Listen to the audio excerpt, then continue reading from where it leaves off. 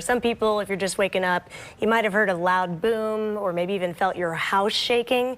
And if you did, we wanted to let you know that that's because they're demolishing the Gallagher Station power plant over in New Albany. So nothing to worry about this morning. And in contrast to that loud boom, our weather's actually looking pretty quiet. So let's take things over to Suzanne now. People were saying that they thought it might be thunder, right, Suzanne? Thunder or an earthquake or something like that. It was just one of the buildings over in New Albany. So we had talked about that actually at the top of the show, that they were planning on that demolition. And in fact, I think it may have scared quite a few people because we actually got a number of phone calls here at the station. So nothing to worry about. It was planned.